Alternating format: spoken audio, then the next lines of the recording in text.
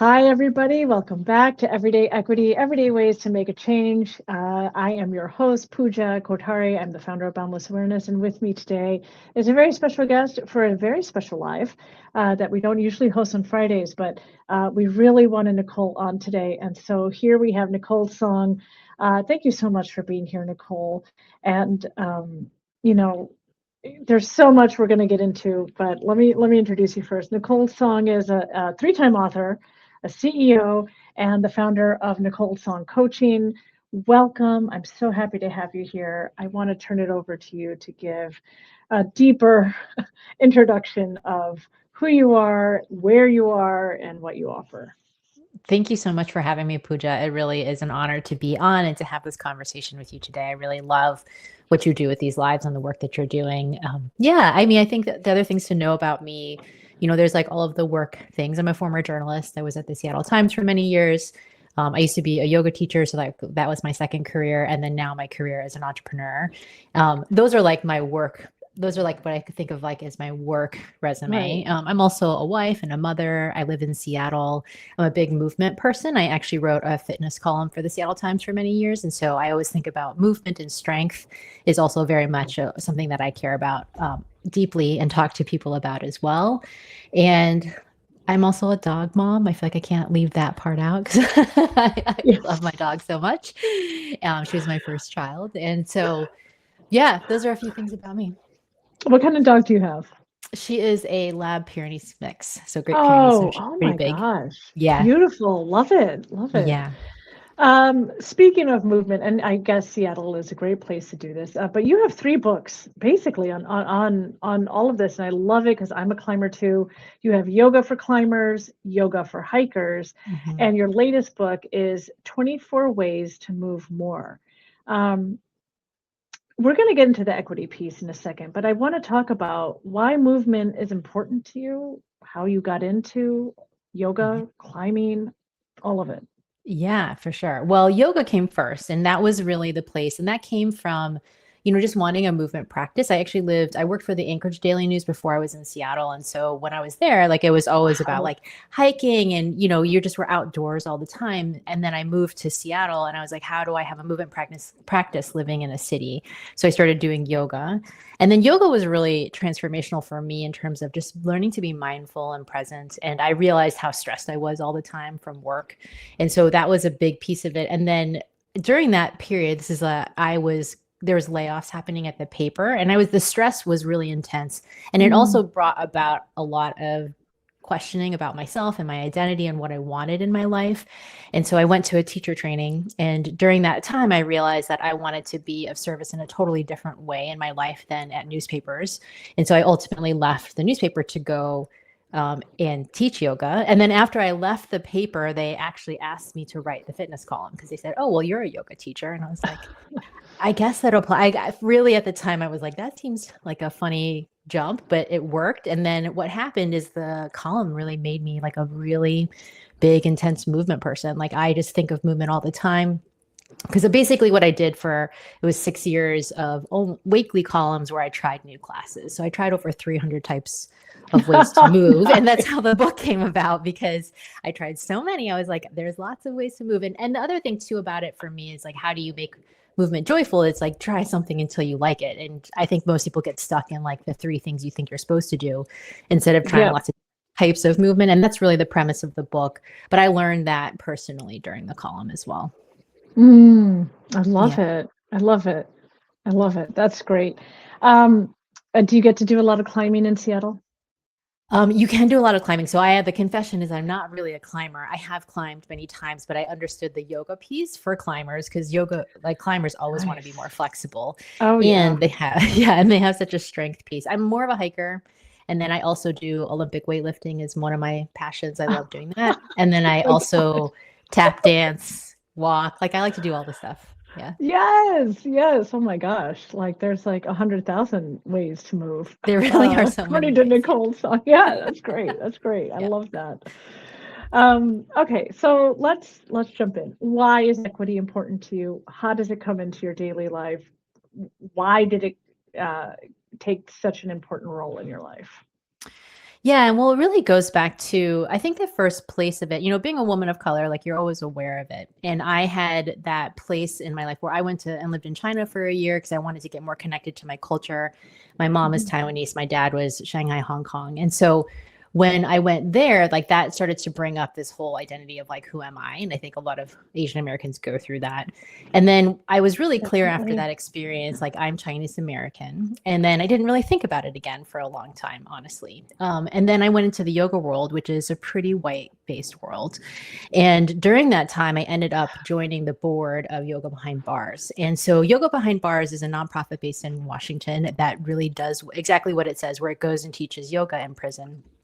And so, I learned so much through that organization because it had a very strong mission and stance around equity, and especially because of who they were teaching yoga to. And they didn't want to be like just sending a bunch of white people to teach yoga to prisoners. Like, how can we actually make this an equitable experience? And so during that time, I got a ton of training around equity and just around race and what that looks like at the prison, the school to prison pipeline. Like I learned a ton about all of those pieces.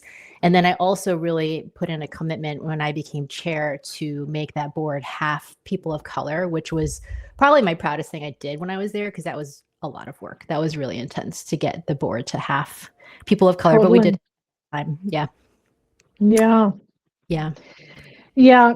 Okay. So for people joining our conversation who may not be as familiar with equity work, why is important? Why is it important to have to go into an incarcerated space to teach yoga? Why is it important to have people of color there? Well, I would say there's two pieces of it. First, like, why is it even important to teach yoga behind bars? Because I think a lot of people really struggled with the idea of this, like, which has a very privileged, brand of yoga to go into an incarcerated space. But what was happening for a lot of people, and like, I mean, I had so many moving conversations with people who had their lives literally transformed by the experience of mindfulness, of like, if you can only start to imagine the intensity and the stress of the situation that you're in when you're incarcerated. And then they were learning just to be present and to breathe and to like release the intensity and the stress and like all the angst and stuff that builds up because you don't have access to community and connection and the people that you love. You're being punished for something that you did. Like there's just so many elements to that. So first there was always that experience of like, how do we explain why this is important and why it makes a difference. I still remember this one so we ended up, Yoga Behind Bars also teaches people in prison to become teachers. So they actually have taught many people to teach yoga within their own system. And I remember one of the earliest teachers, him telling me, because he was in for life, like there was no way he was going to get out. And him telling me, like, it was the first time he actually understood what it meant to be free, like within himself. And Oh, so it was really it was so powerful to oh have my that gosh. experience of people, behind bars sharing those experiences. And then on top of it, like the understanding and having the voices, like the other thing we were also committed to is having formerly incarcerated people on the board so that we could understand more deeply what was the experience behind bars, because none of us had been, right? So how could we be running this nonprofit, sending people to teach without a good understanding of that? So to me, it's really the representation of who the people were that we were working with. And then on top of that, like when you look at the populations, and I can't remember the numbers of people of color behind bars, but it's significantly higher than, white people behind bars. And so we wanted to make sure that they were seeing themselves and the teachers as much as they could, that there was just the voices were being represented when we were making decisions about where they were, and I left before COVID. That really brought in a lot of stress and change in there. So I don't know how they managed a lot of those things, but I just know that the mission was really powerful. And it just was, and the experience I had, seeing and meeting people who were going through our classes, and then also, running a board that's trying to fundraise and really make sure that everything that we were doing felt equitable for the people that we were supporting. There's so much there, the things that stand out when you talk about your experience and the importance of having, the people from the community helping people in the community Mhm. and your dedication to making sure that that's there. we talked about this before. I was a public defender with legal aid in New York and Brooklyn, and we see our clients before they enter the system, either for the first time or for you know it doesn't matter how many times, because it's all so traumatizing. And Right. lay people, I think, like people not involved in the criminal system at all, or any of the housing or welfare or any of these systems, really can't understand unless you see it for yourself how devastating this all is. And I think people generally think like, oh, you did like that phrase that I feel like is completely unhelpful. You do the crime, you do the time, or whatever, like whatever that phrase is, that I think is only to assuage people who have nothing to do with the criminal system. Um, but it's devastating for everybody. It doesn't matter what happened. It's just a horrible system.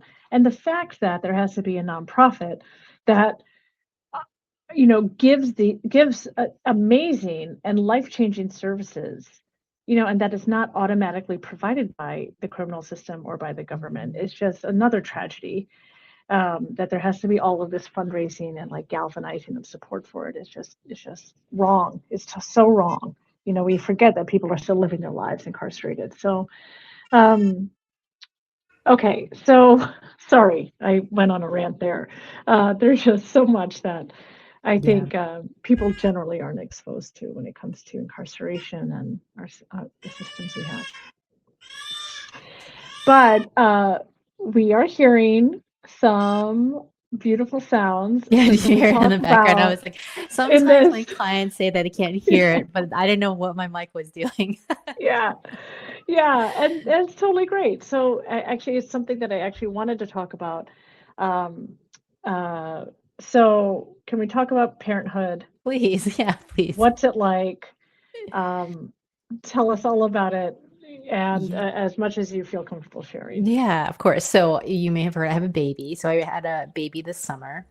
And so I'm a brand new, like early caregiving parent right now, and just about a month off of maternity leave. And so, yeah, that's been a really interesting experience of, I think about the equity lens, and I know Pooja and I will get into that a little bit more, but just, yeah, also just it's really interesting on so many levels of like privilege and socioeconomically, having a child, what it's like to go through that experience, and then community support. Like I could go in so many directions with it. Like I will say in general, like it's been super joyful. I've been wanting to have a child for a really long time. I have a really incredible partner, and I love my child. Like he's awesome. He's so great. So I'm having a great time being a parent. Like I really enjoy it. And it also really opens up a lot of interesting perspectives on things that I know we can get into a little bit more. But I was telling Pooja before we started that I also have joined I joined there's Families of Color Seattle. It's a nonprofit in Seattle. And so I joined that Unexpecting Moms group because I really wanted to make sure I was around other moms of color. And then we're also in a Families of Color group now. And that's been really fun and like, it's really fun to be with a group of people who want to be really intentional about how they raise their children. Because Seattle, despite having a lot, like I would say higher Asian representation than other cities, like on the West Coast, it's low, but generally has that. It's a city Hmm. where it's very easy to not have very diverse communities. And so Yeah, it's really easy to just, like, and I would say all the parents who are there to have that experience, which is why we all joined the group, because it's so easy to just slide into, the dominant culture, especially at a certain socioeconomic level. And so that's been a really interesting experience because I have now a mixed race child. And so what is it like to raise him, and what's that experience like? And so a lot of this conversation, I was interested to talk to you about it because I feel like it's been on my mind a lot. yeah, yeah. I also have a sick kid home today, who may or may Okay. not come in, Make an appearance. uh, make an appearance. Hopefully not. Yeah, it's a lot. Having kids. I remember, my wife gave birth to our first child. I gave birth to our second child, and when I did not, I was um, I was pregnant during uh, COVID lockdown, so like July 2020 through 2021. Yeah. And so not lockdown, I guess, but like still, we were all Pretty very intense apart. period. Yeah. Yeah. And I didn't tell any of my clients on purpose that I was pregnant, and everything was virtual. So, I mean, by then, because, through lockdown, Zoom became the thing. And so I never met anybody in person for at least 2 years. So I didn't tell anybody. And the reason I didn't tell any of my clients is because as an anti-oppression facilitator and as an auditor, and I get to hear like what people truly think, I was like, I know what people think about people who get pregnant, and I don't need that. I'm an entrepreneur, and I really like everything depends on, my relationships and the revenue I bring in and all that stuff. So, no, I'm not. And so anyway, I just kind of had a baby in kind of secret, in a sense, like there was no like thing about it. But it gets into equity because I knew I couldn't. There's no way that people treat you the same. Yeah. There's just no way. And there's automatic judgments on your capability, and it's just wild because women are the most capable, the most effective, the most efficient, and especially people who are caregivers are extremely efficient people. So it is a wild contradiction of like these stereotypes that automatically get placed on caregivers and parents, that are actually the complete opposite of who we are and who we have to be because we're taking care of somebody else, a dependent, elderly child, whoever it is. So in your experience, did you have any thoughts about like when you were pregnant or in these early months of having your son? Did you think about equity and how you might be treated in this way? That's an interesting question because I feel like I hadn't thought about it quite in the lens that you're speaking of.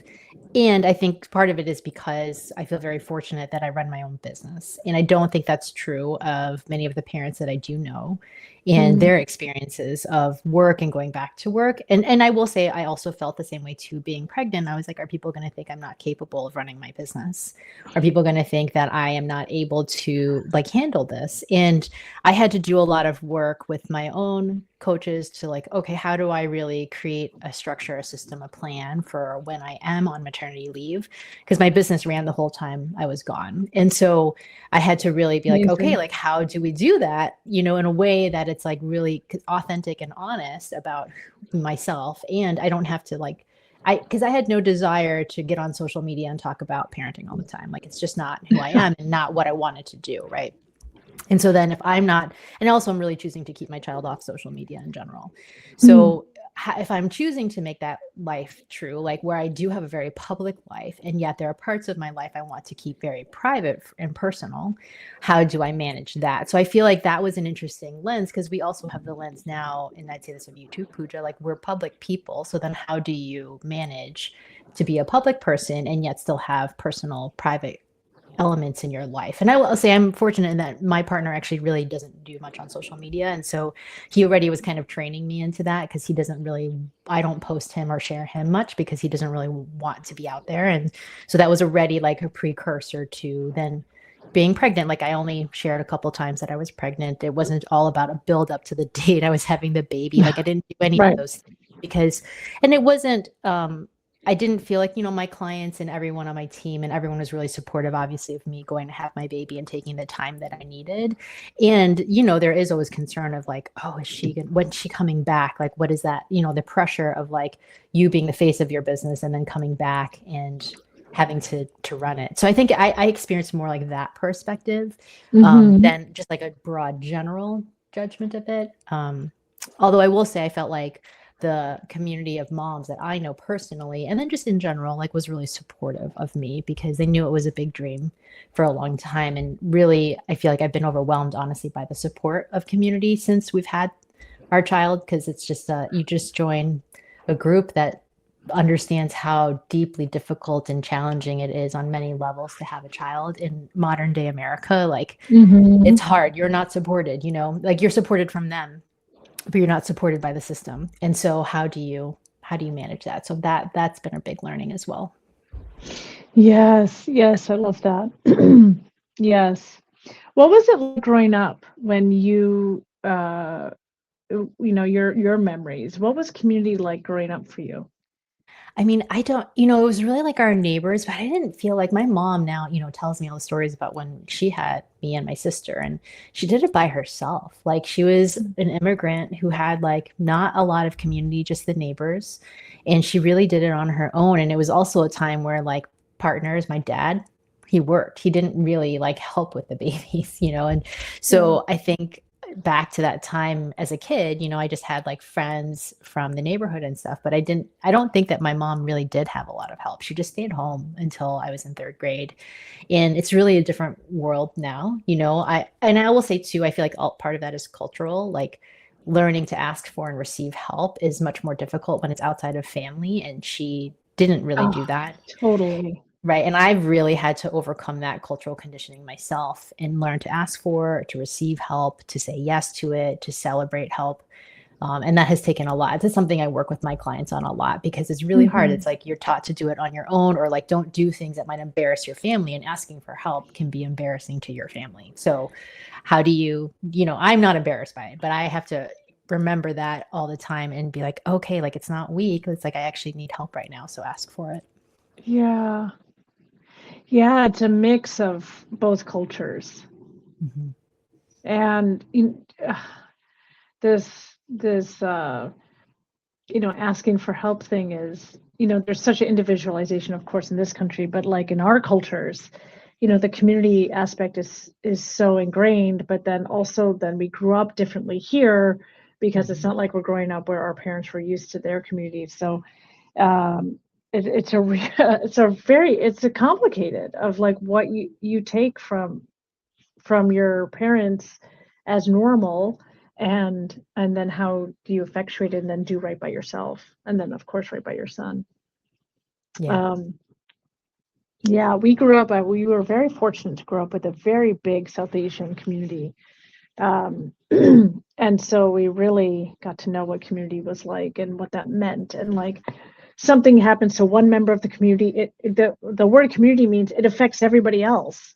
There's some Yeah. ripple effect, there's some effect that happens there. And I think when we talk about building community now, for those that may not have had that before, you're not just talking about friend circle, you're talking about a group of people who are inherently tied to each other, that one aspect can affect the rest of the group.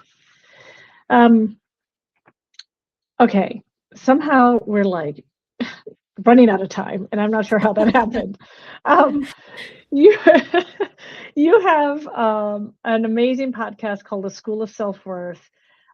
You have really cool people on there. You yourself are. It's really great. Some of the topics is what I learned about surrender and rest during pregnancy, how judgment is making your visibility problem worse, how to unlearn Asian guilt. Oh my gosh, can we all like learn from that? Um, Tell us about the podcast, what inspires you about it, and like what do you want people to take away from it? Yeah. Well, the topic is really self-worth, right? And it's interesting when you start a podcast, you don't really know if like you'll stick with your topic or not. And it's Yeah. become, yeah. And like, so when I began it, it was really just an outpouring of what I was teaching and coaching in my business. And I was like, oh, I want to make sure these conversations are more public. Like, I don't think we should just be having them behind the coaching doors. Like, let's have them in another way.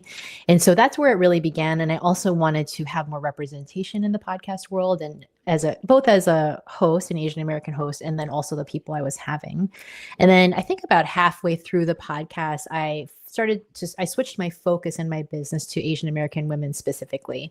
And so I really work with Asian American corporate leaders around their visibility and reversing their cultural conditioning. And so that has really, the topics that we cover the last 2 years have really been around that kind of focus. And it's been really powerful to be able to share that. And I find, now it's interesting because I'm pitched a lot by people who are not Asian American. And it's always really Mm. interesting, to be like, wow, like there's another really amazing entrepreneur who also focuses on the Asian American experience and John Wang, and we were talking about this, how like we're constantly pitched by non-Asians, and we're always like, did you look at what we do and the experience of that? And it's really kind of fascinating on that level. But I really love being able to have that experience, because my experience focusing on the Asian American community is that it is vast and very underserved, like very underserved. And even it's so underserved that a lot of Asian Americans are like surprised that it even exists, like something that is focused on them specifically. Cause like Asian culture, which is cool. Asian culture has really been rising up. Like the Korean wave has really helped everything. It's been really powerful, but I love that. And I feel like the Asian American experience is not very strong. It's not out there very much. Like there's representation issues in Hollywood. Like there's so many things that are happening. And so nowhere is near understood. no, like there's no real comprehension. No. And it's so vast. Yeah, and it's huge. And like I always kind of even laugh the Asian experience. I mean, like it's like billions of people and like so many cultures. Like even within, like I'm Taiwanese American, and then like even within Chinese culture, there's so many things. Like there's so many dialects and so many regional differences. And then you go to like Korea or Japan, and those are like the East Asian, and there's the South Asian and the Southeast Asian. And like, I mean, it's just so vast. And so when I speak about all this, I'm like, I'm generalizing about a huge number of people, right? So I think, but even that is like really underserved, not understood, or people are like, or it's even too, like people have said to me in my lifetime, like, you're not a person of color. And I'm like, excuse me? Like, have you ever been in my shoes? Because that's how misunderstood I think it is. Like, seriously, And so anyway, there's just, there's so much there. And so I feel like the podcast to me is just like it's a place to give voice to people who don't have platforms that are really specific to their experience and their identity. And I love being able to do it. And I think it's important to, like, I'm always talking to my women about being visible. And I'm like, visibility is like, you can also make your own platforms. You can also speak out. You don't have to just do it according to the corporate culture and structure that you're in. There are other ways to be visible. And like, let's start to break open what that looks like. Speaking of who are your clients? How are you serving them? And who is the ideal, like not the ideal client, but the client that the stereotypical client that comes to you, like who are you helping? Yeah. I mean, it tends to be, a lot, an ambitious Asian American woman. I mean, there are a lot of them. And so they're the women who come to me. And typically for many of them, they are struggling at work with visibility. And it can be something very tangible, like they're not getting promoted and they've been told that they're going to get promoted. But it can also be sometimes for them, they're getting a lot of feedback around, speaking up more or being more assertive in who they are. And then they struggle with that because culturally they were raised to not be that way. And so it can feel like very challenging and stressful for them to understand how to do it in a way that's like accepted by corporate America and white culture. And then what is it? How can they be authentic to themselves? Because I think that's where the stress is. And it's like you said, they're raised a certain way with their parents. And then there's the American culture, and there's a lot of tension there, for them. And so most of them come in with that kind of stress in general. Like I'd say I serve women who are their 30s and 40s, typically around manager or director or higher. And they've all done really well because they're super smart. They know how to succeed, and yet they feel capped, and it's internal and as well as external. So how do people get in touch with you if they want some coaching, that extra boost, that wisdom from you of what you've learned and how to translate that back into the corporate sphere? How do people get in touch with you? How can they book an appointment? Yeah, if you go to NicoleTsong.com, you can go there. I have some fun thing. I have a boundaries audit, which we didn't get into, but you can do a boundaries quiz in there if you want to know a little bit more if you're challenged on boundaries. And you can also just directly reach out to me on Instagram is a great place. You can just DM me and say, hey, Nicole, I saw you, and I would love to chat. Amazing. There is so much more to talk about, especially when it comes to parenthood and boundaries. And I just want to say this. Nicole, you are so clear and also very kind, of course, but you are very clear in the way you speak. And LinkedIn Lives never happen on any day except Thursday. But I wanted to talk to you so badly. And also, you made it very clear, like, Thursdays don't work for you. And I was like, you know what we're going to do? We're going to make a new episode on Friday. And I really just appreciated that you were like, no. And you said it in a very kind way. It was very thoughtful, very considerate. It was about childcare. Like, there's a whole very kind background about it.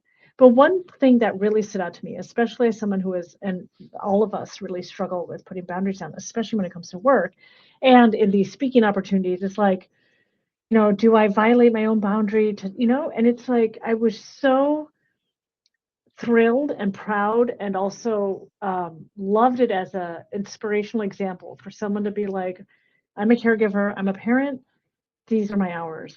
And thank you. What can we do for it? And it was so beautiful and it's so simple. And yet so many people say no to themselves first instead of letting someone else say no.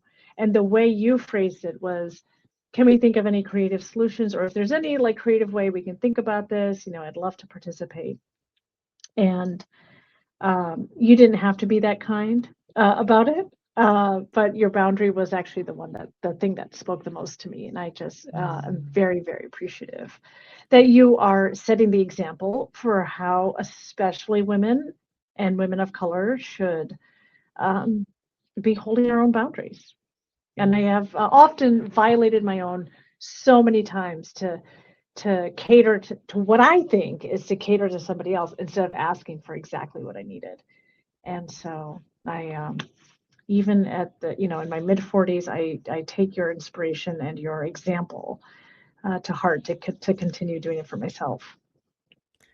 Thank you so much. I'm so grateful that you received it, because that is what it, right? You set the boundary and then you see what people do with it. And I love that it was an inspiration for you. Totally. Yes.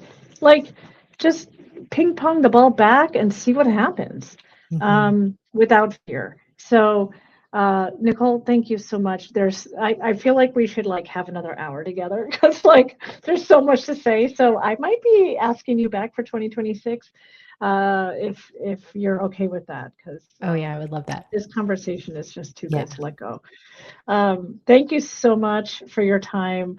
We will close today, but stay tuned because Nicole might be back, hopefully. Find Nicole at NicoleTsong.com, on Instagram at Nicole Tsong, also on LinkedIn. DM, get in her DMs, get a consultation. You're amazing. And thank you for all the work that you do. Thank you so much, Pooja, for having me. What a great conversation. Okay, we'll see you all in 2 weeks, and thanks for attending.